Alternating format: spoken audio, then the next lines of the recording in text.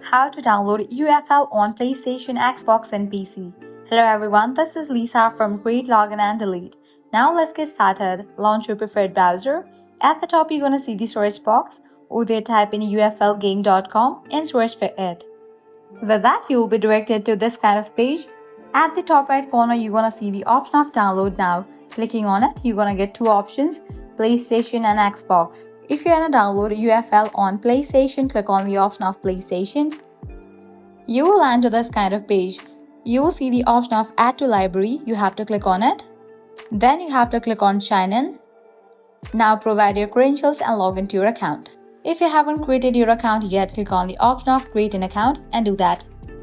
Once logged in, you will be directed to this kind of page where you will be able to find the game UFL. You can install the game and enjoy it.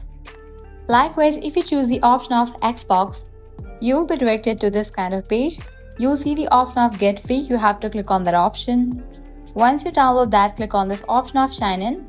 You will land to the login page. Now provide your Microsoft account's credentials and log into your account. If you don't have an account yet, create one. And with that, UFL will be available in your Xbox.